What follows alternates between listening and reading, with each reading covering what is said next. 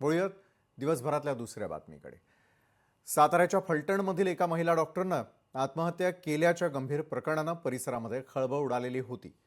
पीडित डॉक्टरनं लिहिलेली एक सुसाइड नोट सापडली होती, ज्यात तिने एका व्यक्तीवरती शोषणाचे गंभीर आरोप केले होते। या प्रकरणाचे गांभीर्य लक्षात घेता संपूर्ण राज्यभर त्याचे तीव्र पडसाद उमटले आणि या प्रकरणावरती विधानसभेतही चर्चा झाली। विरोधकांनी हा मुद्दा लावून धरत सरकारला जाब विचारला, ज्यावर मुख्यमंत्र्यांनी सभागृहामध्ये अधिकृत माहिती दिली। मुख्यमंत्री देवेंद्र फडणवीस यांनी विधानसभेमध्ये स्पष्ट केलेलं आहे की तपासादरम्यान आरोपी बदनेनं पीडित महिला डॉक्टरचं शोषण केल्याचं स्पष्ट झालंय।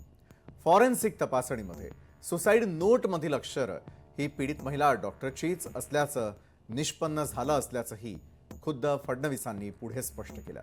या गंभीर प्रकरणाचा तपास वेगानं पूर्ण करून पीडितेला न्याय मिळवून देण्याची ग्वाही खुद्द मुख्यमंत्र्यांनी दिली आहे। तसंच या संदर्भामध्ये 60 दिवसांच्या आत न्यायालयामध्ये आरोपपत्र दाखल केलं जाईल असं देखील मुख्यमंत्र्यांनी सभागृहात सांगितलं। हे काही सुसाईड आपल्याला त्या ठिकाणी दिसतंय, त्यामध्ये एकीकडे बदनेनी केलेली फसवणूक आहे आणि दुसरीकडे त्या सगळ्या परिस्थितीचा फायदा घेऊन जो दुसरा आरोपी आहे त्या आरोपीनेही एक प्रकारे तिची फसवणूक केलेली आहे। हा जो पोलिसांचा तपास आहे हाही महिला IPS अधिकाऱ्यांच्या माध्यमातून चाललेला आहे।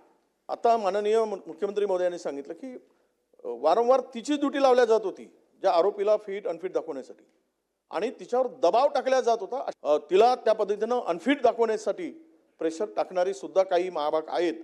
त्या दृष्टीने सुद्धा चौकशी पुढे जाते आहे का, ही माहिती उपलब्ध करून द्या अध्यक्ष। काही गोष्टींचा ॲनालिसिस ऑलरेडी झालेला आहे, तो आलेला आहे। काही गोष्टींचा ॲनालिसिस होतोय। कुठल्याही परिस्थितीमध्ये आपण अशा गुन्ह्यांमध्ये 60 दिवसांमध्ये आपली चार्जशीट दाखल करतो। 90 दिवस वेळ असतो, पण 60 दिवसात आपण करतो महिलांच्या बाबतीत।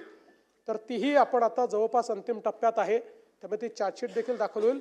आणि या व्यतिरिक्त कोणी आहे का हा अँगलच तपासण्याकरता ज्युडिशियल इन्क्वायरी आपण केलेली आहे।